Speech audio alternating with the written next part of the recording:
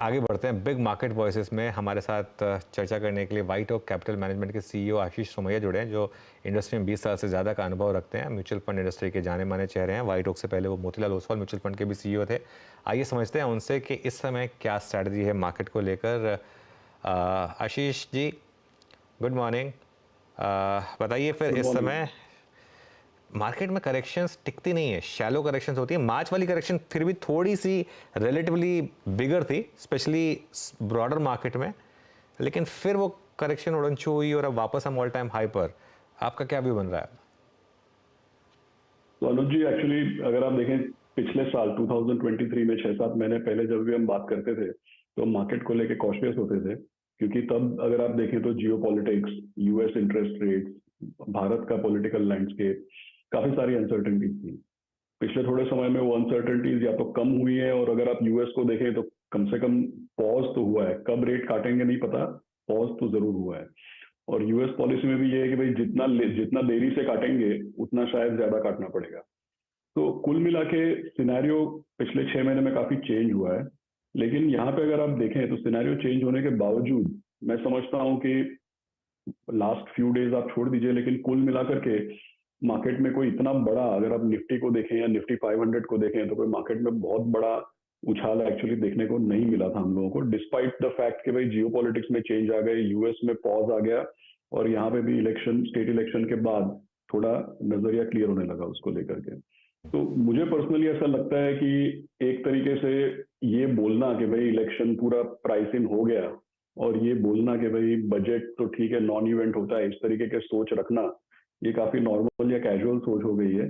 लेकिन मुझे पर्सनली ऐसा लगता है कि इलेक्शन पूरी तरीके से प्राइस इन शायद नहीं है, और आने वाला बजट, जहाँ पे बड़े बड़े दिग्गज पावरफुल लोग ये बोल रहे हैं कि भाई आने वाला बजट लैंडमार्क बजट रहेगा, तो फिर हम कौन होते हैं उसको निग्लेक्ट करने वाले या इग्नोर करने वाले। तो I think market has to, ये सब चीजों को आने वाले कपल ऑफ मंथ्स में मार्केट को फैक्टर इन करना पड़ेगा। मार्केट डे लो पर आया, वो जो रिकवरी लग रही थी वो सस्टेन नहीं हुई नहीं, और अग्रेसिवली डे लो पर आया मार्केट। बहुत इंटरेस्टिंग। निफ्टी देखिए अब 22,388 पर। आशीष जी, जो बड़ी डिबेट थी, खैर निफ्टी को लेकर ज़्यादा डिबेट रही नहीं, बड़ी डिबेट थी mid cap, small cap, micro cap को लेकर। यहाँ पर क्या वो मार्च करेक्शन के बाद फ्रॉथ बाहर हुआ, या फिर वापस इक्वली शार्प रैली आ गई? मतलब क्या यहाँ पर अभी रिस्क रिवॉर्ड ठीक ठाक है, या फिर थोड़ा सा केयरफुल रहना बेटर रहेगा? तो अनुज जी, एक्चुअली अगर आप देखोगे, जैसे मार्च का आंकड़ा लेते हैं तो मार्च में मैंने देखा कि बीएससी 500 तो फ्लैट था, लेकिन स्मॉल कैप इंडेक्स कुछ 4-4.5%, at the worst point 8% down था। अल्टीमेटली 4.5-5% डाउन बंद हुआ। इसका मतलब ये है कि भाई स्मॉल कैप में एक मामूली सा करेक्शन देखने को मिला, और रिलेटिव बेसिस पे लार्ज कैप में आउट परफॉर्मेंस मिला। दूसरी चीजें आप अगर देखें तो स्मॉल कैप मिड कैप में भी पिछले, फर्ज कीजिए कि मिड मार्च या अर्ली मार्च से लेकर के अब तक एक क्वालिटेटिव डिफरेंस तो आया है कि भाई किस तरीके के स्टॉक चल रहे थे पहले वर्सेस पिछले एक महीने में किस तरीके के स्टॉक चल रहे हैं, तो वो भी एक डिफरेंस आया है। अल्टीमेटली रिलेटिव वैल्यू पे चलेगा। मुझे ऐसा लगता है थोड़े समय के लिए लार्ज कैप, और जो इसके पहले भी मैंने इलेक्शन रिजल्ट्स और आने वाले बजट का जिक्र किया, तो मुझे ऐसा लगता है कि थोड़े समय के लिए लार्ज कैप अभी फिलहाल आउट परफॉर्म किया भी है, और आगे भी थोड़े समय के लिए लार्ज कैप आउट परफॉर्म करेगा। ये जरूर आई डोंट थिंक ऐसा बोल सकते हैं कि भाई पूरा का पूरा फ्रॉथ क्लियर हो गया। Of course on a stock specific basis काफी स्टॉक्स जोर से गिरे हैं। केवल स्मॉल कैप इंडेक्स 4-5% गिरना काफी नहीं है, बट मुझे ऐसा लगता है कि आने वाले थोड़े समय के लिए लार्ज कैप आउट परफॉर्म करेगा, और क्लाइंट्स को भी अपने पोर्टफोलियोज में इस चीज को ध्यान में रखना चाहिए।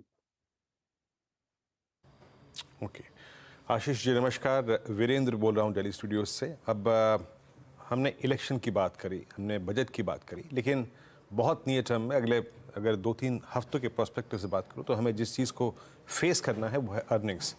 आपने कहा लार्ज कैप में ज़्यादा मजबूती है, सुदृढ़ है, मजबूत है, कन्विक्शन ज़्यादा वहाँ पर है। लार्ज कैप्स को भी बाइफरकेट करते हैं as per their I think expected earnings. आपको आईटी इस वक्त जो प्राइस डैमेज हुआ है इस अर्निंग से पहले, एसेंचर के आई थिंक रेवेन्यू गाइडेंस को घटाने के बाद, आपका सेंस आईटी को लेके क्या कह रहा है इस वक्त? वीरेंद्र जी, हम लोग कंसिस्टेंटली अगर आप बोलेंगे तो आईटी में मोर और लेस अगर आप देखेंगे इक्वल वेट, या जैसे, क्योंकि हम लोग हमेशा बीएससी 500 के साथ बेंचमार्किंग करके इंडेक्स को आउट परफॉर्म करने की कोशिश करते हैं। तो कभी भी ऐसा ऐसा कोई एक्सट्रीम कॉल, तो फर्ज कीजिए कि भाई BSE 500 में आईटी का वेटेज 10-11% है, तो या तो हम उसको 0 कर दें या तो हम उसको 20-25% कर दें। इस तरीके का दोनों तरफ का कोई एक्सट्रीम कॉल लेते भी नहीं है और लिया भी नहीं है कभी। लेकिन हम लोगों का जो व्यू है वो किस तरीके से जाहिर होता है कि भाई कंसिस्टेंटली हम लोग आईटी में कम से कम इक्वल वेट, बेंचमार्क के आसपास इक्वल वेट या थोड़ा उसके आगे। और दूसरा है क्वालिटेटिव डिफरेंस, क्योंकि हमारे पोर्टफोलियोज में अगर आप देखेंगे तो आईटी एक्सपोजर तो है, लेकिन टॉप कंपनीज में केवल एक कंपनी है और उसके अलावा काफी exposure selectively bottom up basis में मिड कैप आईटी कंपनीज पे है। और हम लोग का ऐसा मानना है, मतलब शायद मैंने पहले भी आपसे बात की and maybe I was a little wrong at that time, लेकिन हम लोग का थोड़े समय से ऐसा मानना है कि निबल करना चाहिए, कंसिस्टेंटली धीमे धीमे सबको ऐड करना चाहिए, actually speaking that is our view. लेकिन ये बात मैं कह दूं कि भाई पिछले 3-6 महीने से तो इस तरीके का मटेरियलाइज नहीं हुआ है, बट ऐसा बिलीफ है कि मौका बनेगा इस साल और आगे जाकर के आउट परफॉर्मेंस देखने को मिलेगा। अच्छा, ये आईटी पे टिप्पणी हुई आशीष जी आपकी। और एक स्पेस ऐसा जो कि पिछले अर्निंग सीजन में Q3 में एक क्लियर डिफरेंशियल क्रिएट करके गया था, और वो था PSU बैंक्स। नंबर्स बेटर लग रहे थे in comparison with private banks. और आप देखिए अभी भी Canara bank, PNB, bank of Baroda, state bank of India all time high trajectory पे ट्रेड कर रहे हैं। अभी तक कन्विक्शन बाजार का बना हुआ है।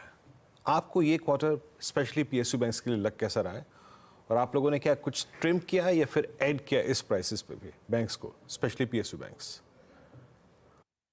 तो वीरेंद्र जी, एक्चुअली हम लोगों का लंबे अरसे से अगर आप देखें तो PSU बैंक्स में जैसे frontline state bank of India में जो पोर्टफोलियो में है उसको देख करके बात कर रहा हूँ। जनरली स्पीकिंग हम लोगों का रुख PSU बैंक्स में स्टेट बैंक के ऊपर रहा है। और ओवरऑल अगर आप देखें तो पब्लिक सेक्टर एंटरप्राइजेज में लंबे अरसे में अगर आप देखेंगे तो हम लोग सिलेक्टिव रहे हैं, बॉटम अप रहे हैं। ऐसे जनरली ऐसा कोई पब्लिक सेक्टर एंटरप्राइज पे कॉल देना या उसको एक कैटेगरी के तौर पे देखना, ऐसा हम लोगों का बर्ताव रहा नहीं है। और जो अब स्क्रीन पे आप देख रहे हैं उसमें से हमारे पोर्टफोलियो में एक्चुअली स्पीकिंग ये सारे बैंक्स नहीं है। In fact state bank of India significant position है। बट कुल मिला के अगर आपके सवाल को अगर मैं देखूं तो मुझे ऐसा लग रहा है कि अभी भी अपसाइड है इसमें।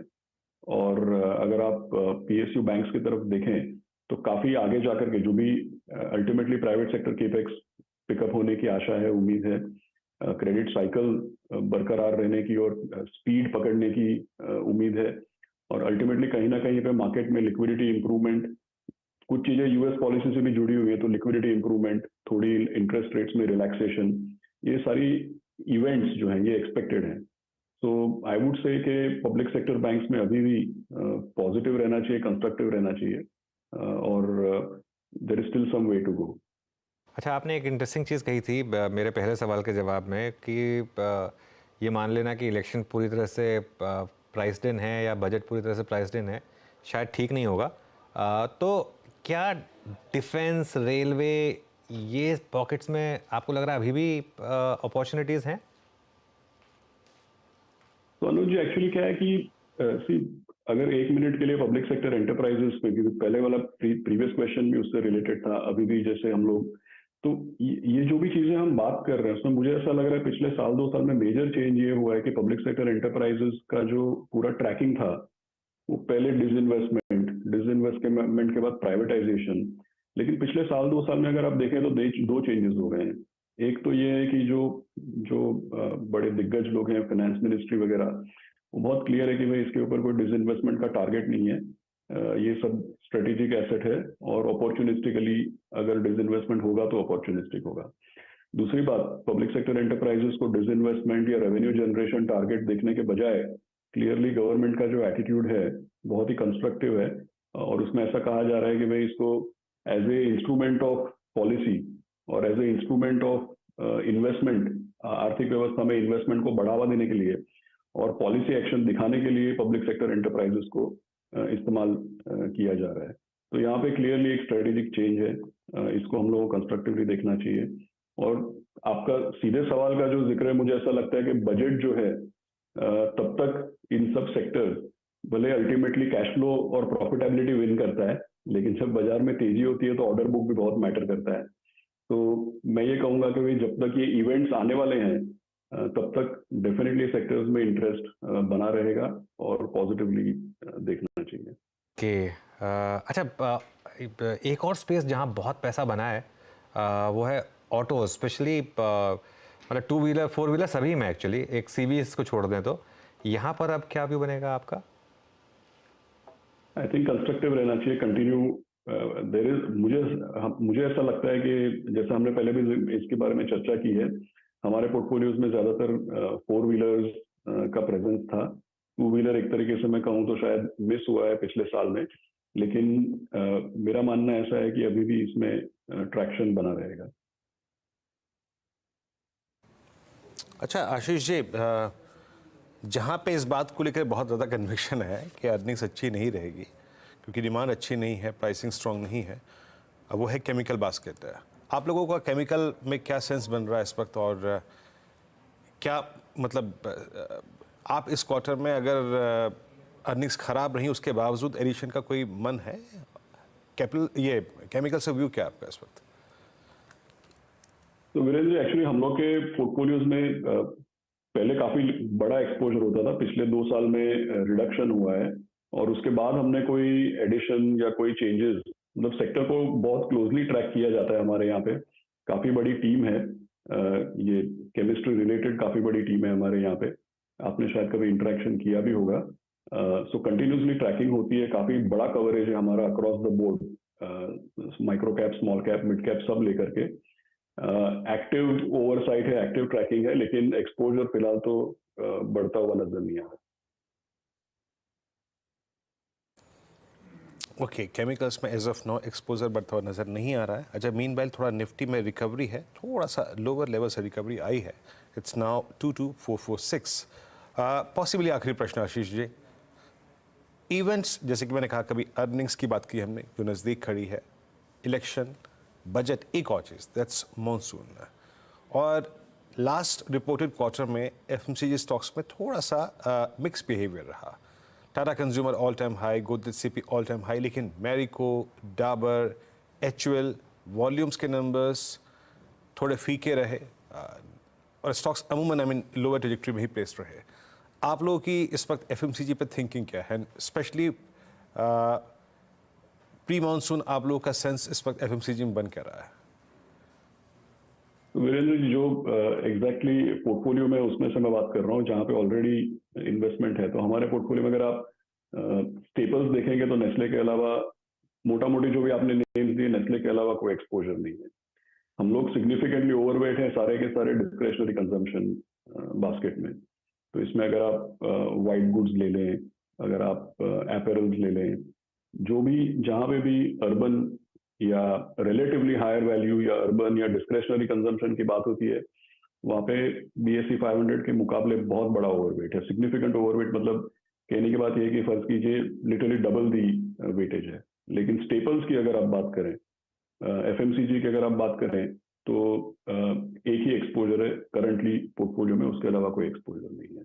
ऑल राइट, चलिए बहुत बहुत शुक्रिया फिर आशीष जी हमारे साथ आज जुड़ने के लिए और इन सब स्पेसेस पर बात करने के लिए। Thank you. चलिए तो